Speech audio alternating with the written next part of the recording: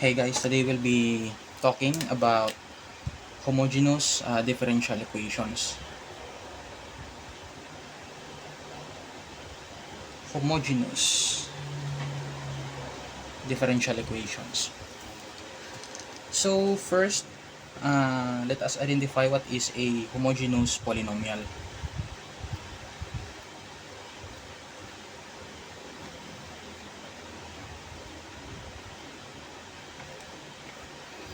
So a homogeneous polynomial is a polynomial which is, so the terms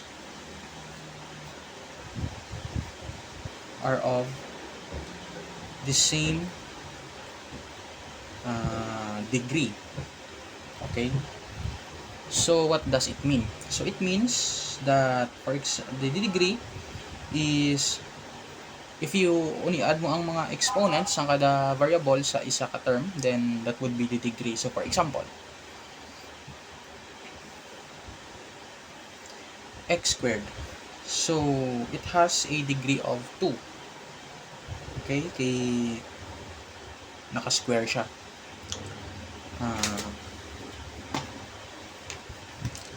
Another is y cubed, it has a degree of 3. Kaya naka y cube siya.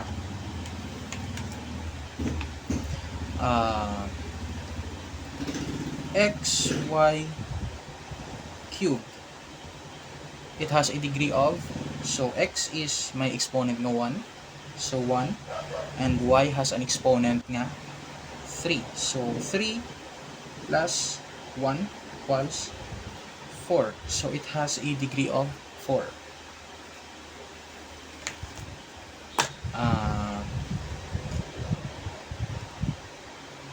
X cubed over square root of x squared plus y squared, so it has a degree of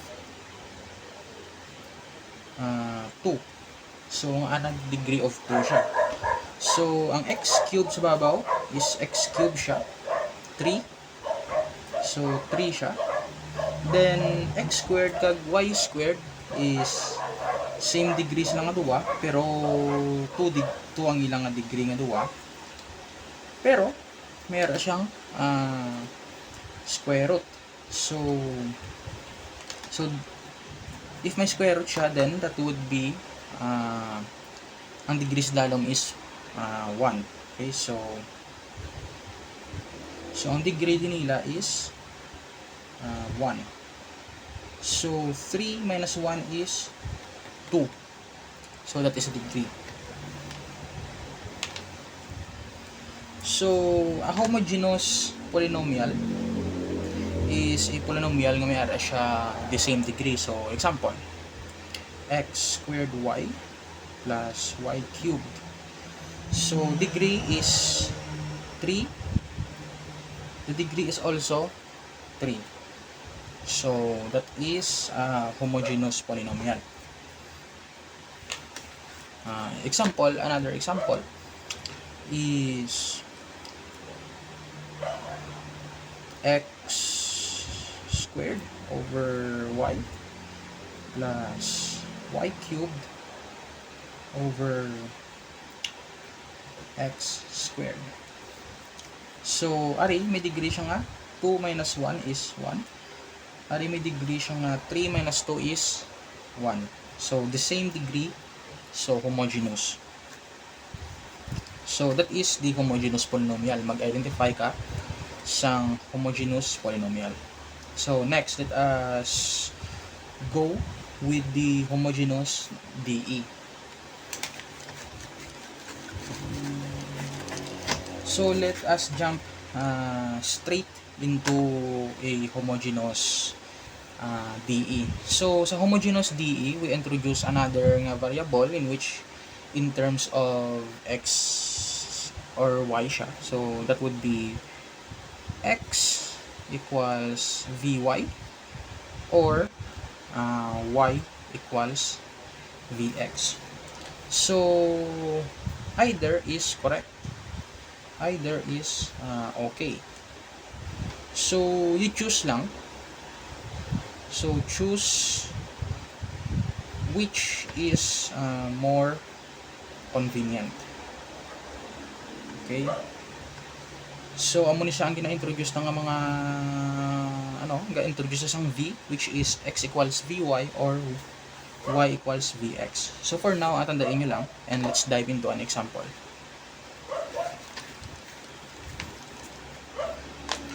So, first example would be x squared minus xy plus y squared dx minus xy dy equals 0. So, first, check ta if homogeneous siya. So, are is, degree niya is 2. So, x squared. Are is 1 sa x, 1 sa y, so 2. Are is y squared, so 2. Are is 1 sa x and 1 sa y, so this is also 2. So, the same degree ang terms, then it would be a homogeneous na DE. So, unlike sang separable nga differential equation, ang separable DE is straightforward siya since i-separate mo lang ang tanan nga x upod sa dx, i-separate mo lang ang tanan nga y upod sa dy, then you integrate both sides, then makuha mo ng answer. Sa dire naman is, for example, sa dire, ang x, pwede ta di siya mapahalin sa dy, so mabili na lang is y. Kaso, dire, sa dx nga part, ang aton nga y, kag y squared, hindi mo siya ma-separate nga sila lang para masaylo mo siya sa dy. So, in other words, ang aton nga equation subong is hindi siya separable. So, hindi ta maka straightforward nga solve sa aton nga problem if hindi siya separable pareho sang last. So, na-check na sa kagina, ang degree sang each is 2. So, same lang ang degree sa each term.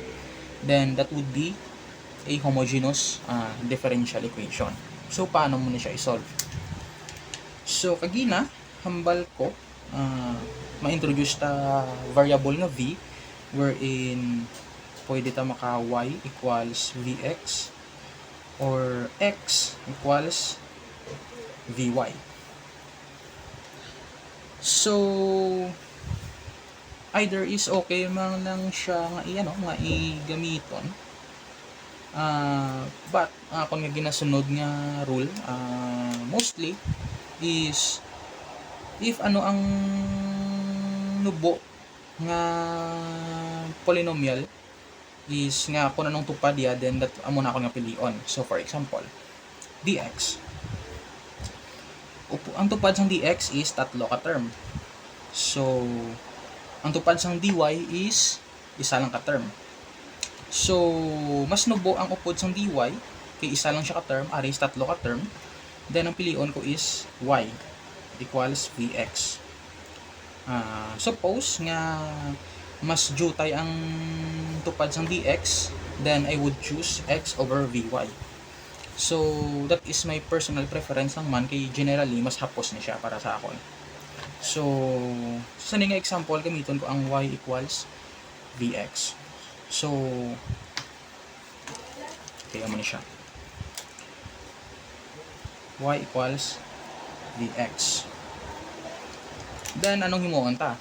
Then, let us take the derivative sang sini. So, we have dy equals, by product rule, we have v dx plus x dv.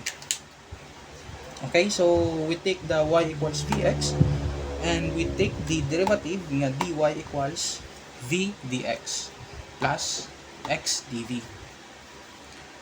Then what's next? Then what's next is substitute.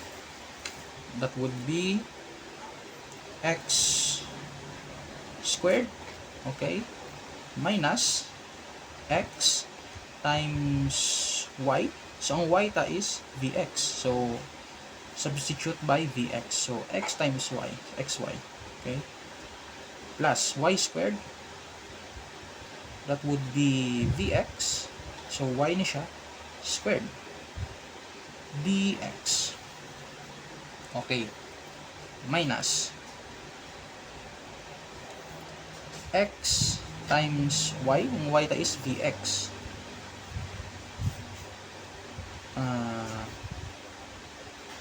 dy. So, dy is are. Then, that would be v dx plus x dv equals 0. Okay, so let us review. So, meron ka homogeneous DE, then you introduce y equals vx or x equals vy. So, sa sininga example, I chose y equals vx. Then, you take the derivative of this, then dy is equivalent to, so, product rule, v dx plus x dv. So, nakuha mo na next step is substitute dire.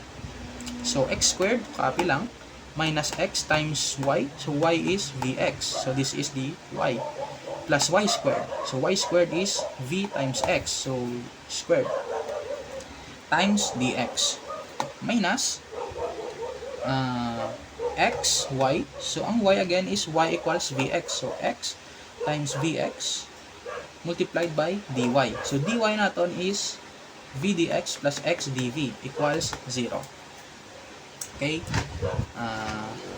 Good. Next is simplify further. We have x squared minus, so x times vx is vx squared. Okay? Plus law of exponent, v squared x squared dx. Okay, minus, so idugong ko lang na siya,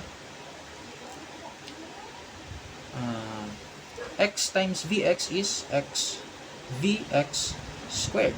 Okay, times copy v dx plus x dv equals 0.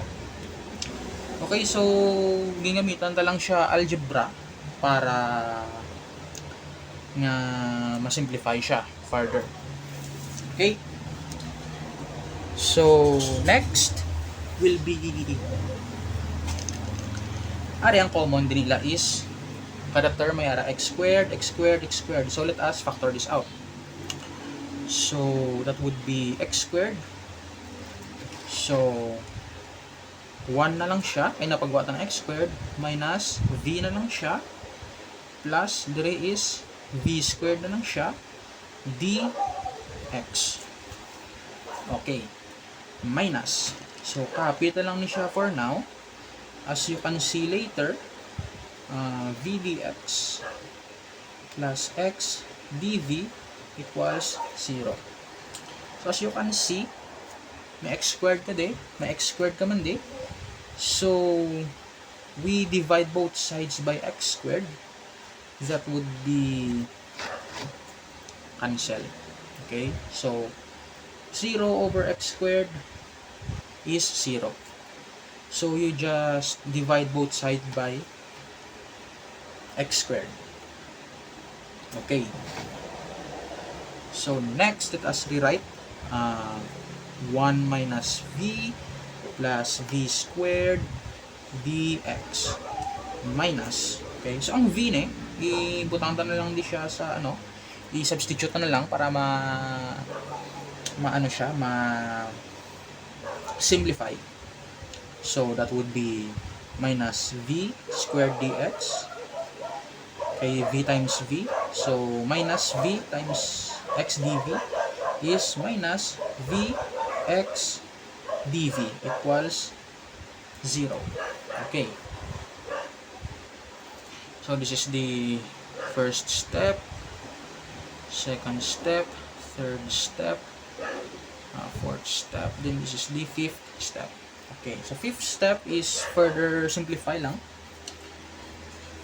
Then amo na ni siya ang aton nga kuha. Okay. So after sini, let us combine like terms. So anong like terms? So v squared dx d ari is v squared dx man pero minus siya. So they cancel each other. Okay? So v squared dx minus v squared dx. So this is 0. Okay?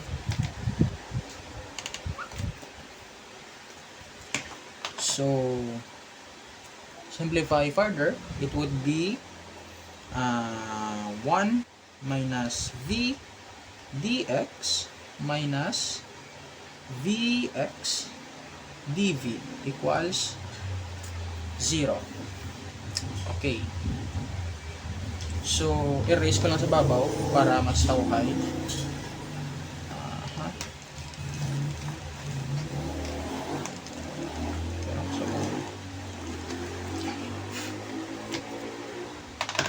Balik rin. So, we have simplified na ang tanan. Then, from this point, we can see na ang homogeneous DE takagina na convert into a separable DE. Okay. So, para ma-separate ang x maupod sa dx, ang tanan nga v maupod sa dv, then we have to divide both sides by 1 minus v and x. Okay. So, dire 1 minus v times dx divide by 1 minus v over x. So, 1 minus v will cancel. Then, nabilin is dx over x. Okay. Minus vx dv over 1 minus v over x. So, x will be cancelled. So, magbilin sin is v over 1 minus v dv equals 0. Okay. So, now, separable differential equation na siya. So, let us integrate both sides. Okay. So, erase ko lang na yun.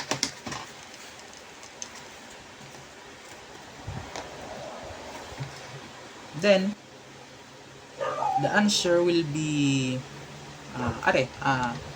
i-divide na siya nga danay para mas ma-integrate na siya. So, divide na siya danay. So, kay since nga same degree ang numerator kag denominator, then let us divide them para mas suppose nga mag-integrate. So, ang 1 minus v ni, pwede ko na siya sulion ng sign. Then, it would be ma-plus ni. Then, v minus 1. So, this is algebra. Kaya algebra lang tong ginumbra ko. So, v over v minus 1. So, v divided by v minus 1 is 1 minus 1 times v is v. 1 times negative 1 is negative 1. Equals v minus v is 0. 0 minus negative 1 is 1. Therefore, this is 1 plus 1 over v minus 1. Okay, amo na siya. Then, dv. Then, copy lang talang ni siya. Dx over x plus, okay, equals integral of 0. Okay, so baling-aring in divide na lang siya kagina, then it turned into 1 plus v minus 1 dv. So, para ma-integrate siya. Then, what's next? Next is let us integrate. Then, dx over x nga integral is ln of x plus 1 dv is v plus this is ln of v minus 1. Okay? Equals constant. Okay, so erase ko lang ni siya.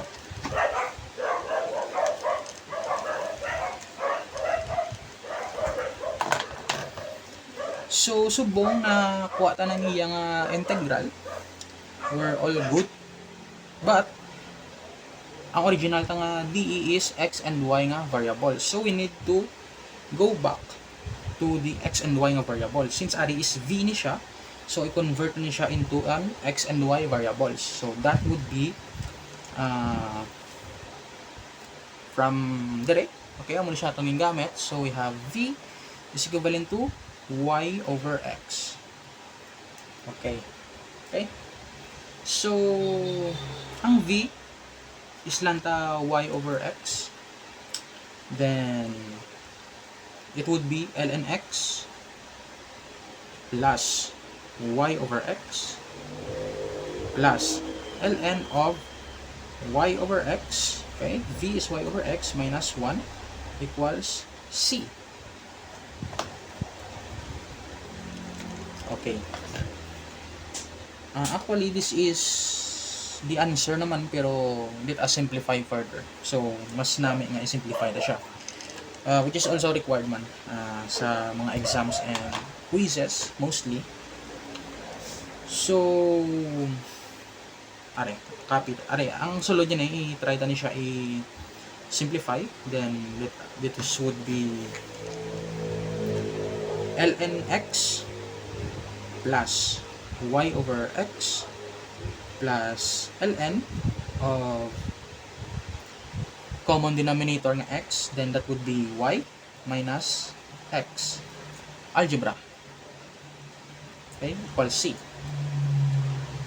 So, by laws of logarithm, okay, laws of logarithm, algebra liwat, y over x plus ln of x times y minus x equivalent to c. Okay, so this is from laws of logarithm nga ln a plus ln b equals ln of a times b. Okay, so laws of logarithm from algebra.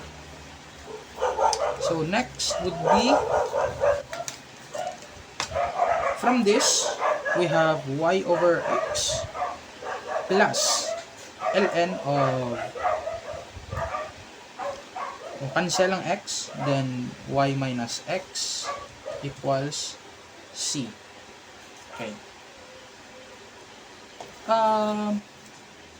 From this, pwede ta ka multiply both sides by x para makuha siya nga y equals x ln of y minus x equals plus c times x. Pwede na siya. Okay, pwede na. Or pwede ta erase both sides by the natural exponent e. So what sini is e raised to y over x plus ln of y minus x equals e raised to c. So this means from the laws of exponent we have e over y raised to y over x. Okay, so laws of exponent, nag-a-add ang exponent, then we are multiplying the same base. So e times ln sang y minus x equals, so e raised to constant nga wala ta kabalasong value, then is also a constant na lang. Okay, so as we have discussed previous. Then next is simplify further. We have e raised to y over x.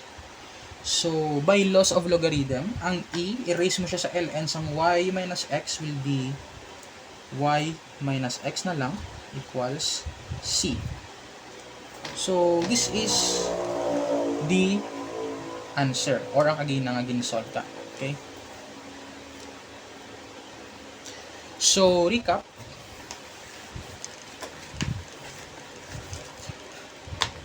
We have a homogeneous DE. I-check na siya if ang ilang degree is the same. Then, we introduce y equals vx or x equals vy.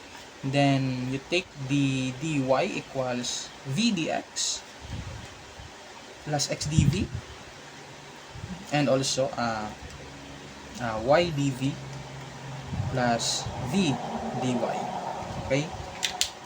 Then you have to substitute and simplify. Then muna siya until magabot ang time na na-simplify mo na, then you will have a separable DE. Then you take the integral, then you substitute v into x and y liwat, then simplify. So for last example, xy dx minus x squared plus 3y squared dy equals 0. So, pili ta. X equals vy or y equals vx. So, sa dire, ang dy, duwa ka term ang upo diya. Ang dx, isa lang ka term ang upo diya. So, I'll choose x equals vy. So, x equals vy.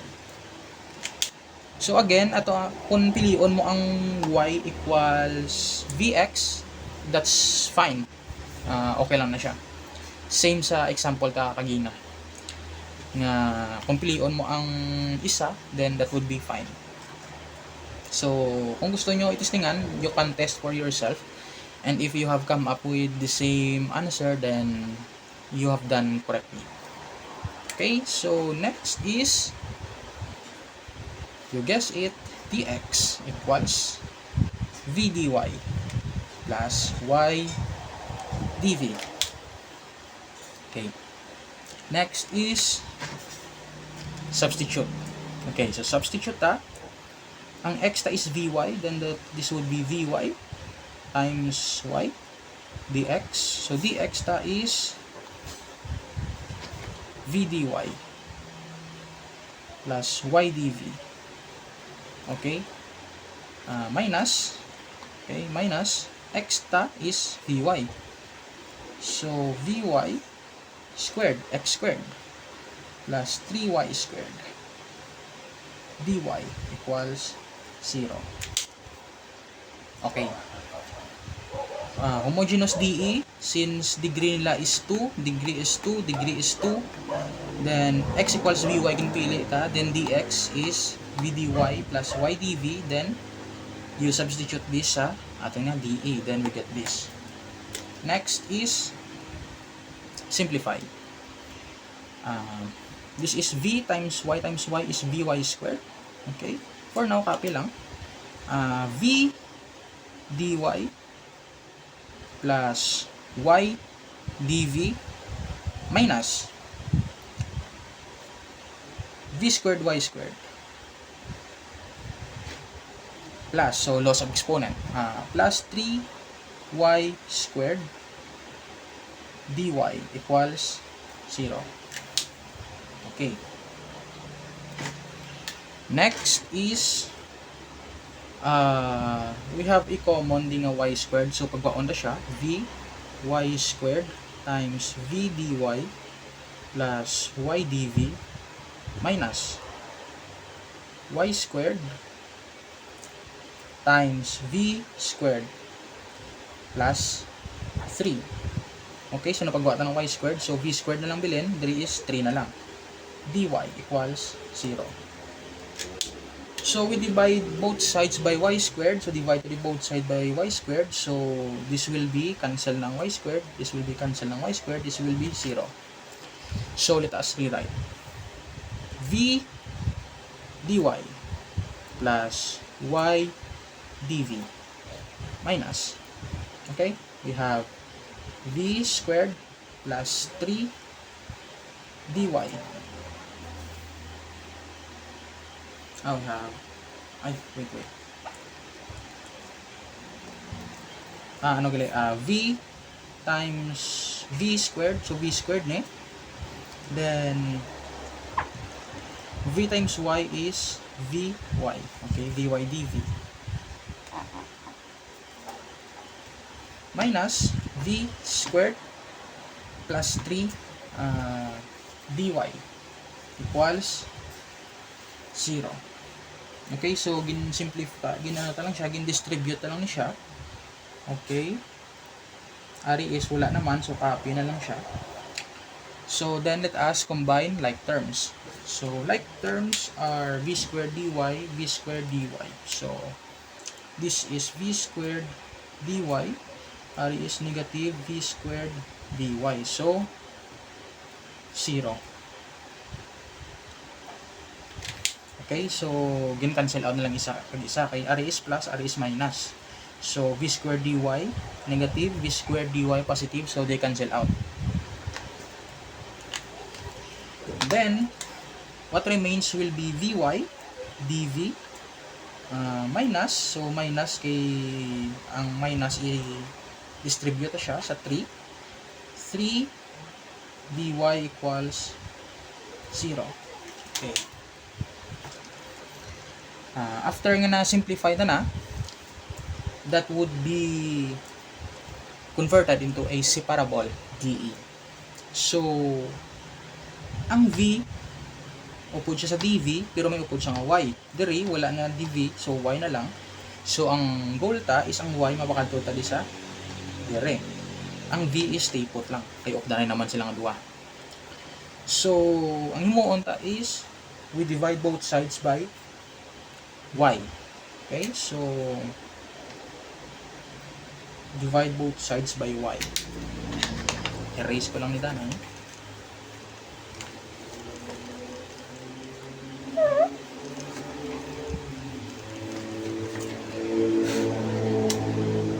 So divide both sides by y, that would be vy over dv divided by y. So v dv na lang bilhin. Minus 3 over y is 3 over y. dy equals 0 over y is 0. Okay. So ano na siya? This is na separable DE na, which is na separate na. Ang v upod ang v, ang y upod ang y. Then anong next step? Of course, integrate.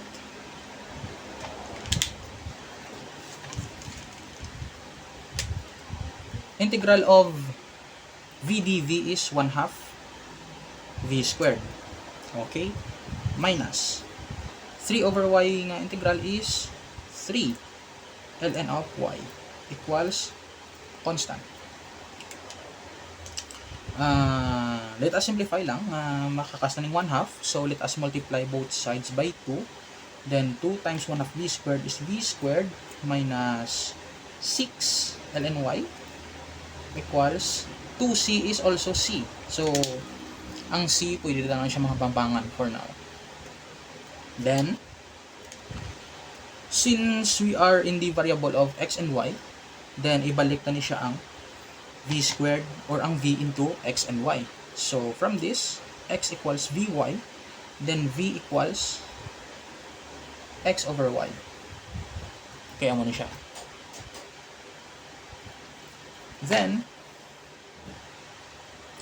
v squared, no? So x over y squared minus ln 6 ln y equals constant.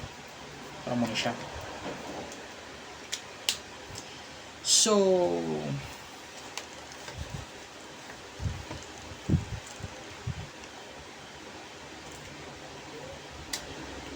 by loss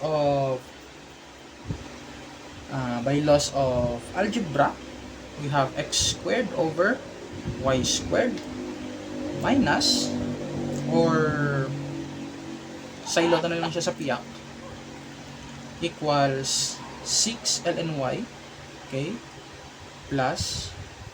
So, since ikapila ko na ni suliton, ang C, pwede ta ni siya hampang-hampangan, then, for convenience, pwede ta siya maobra nga 6 ln C. Okay? So, 6 ln C is an unknown nga constant. C is also an unknown nga constant. So, pwede ta lang siya ihampang-hampangan for now. Kay wala pa man siya sang value. So, for convenience lang. Para mag-simplify sang equation.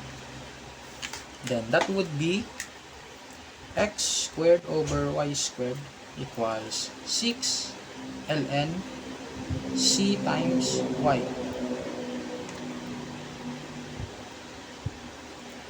So, loss of logarithm liwat nga ln ab equals ln sang a plus ln sang b. Kaya mo ni siya. So, simplifying further, let us multiply both sides by y squared. We have x squared na lang equals 6y squared ln of c times y. So, this is the answer. So, I hope after sa sining nga video, makabalo na ko mo mag-solve sang homogeneous nga differential equations. And always remember na to solidify your knowledge, you need to practice on your own. So this video is only a guide, only a reference. So to make your learning stick, you need to practice on your own. You have to solve. So from internet, textbooks, damo mga problems nga pwede i-tunan. So practice, and thank you.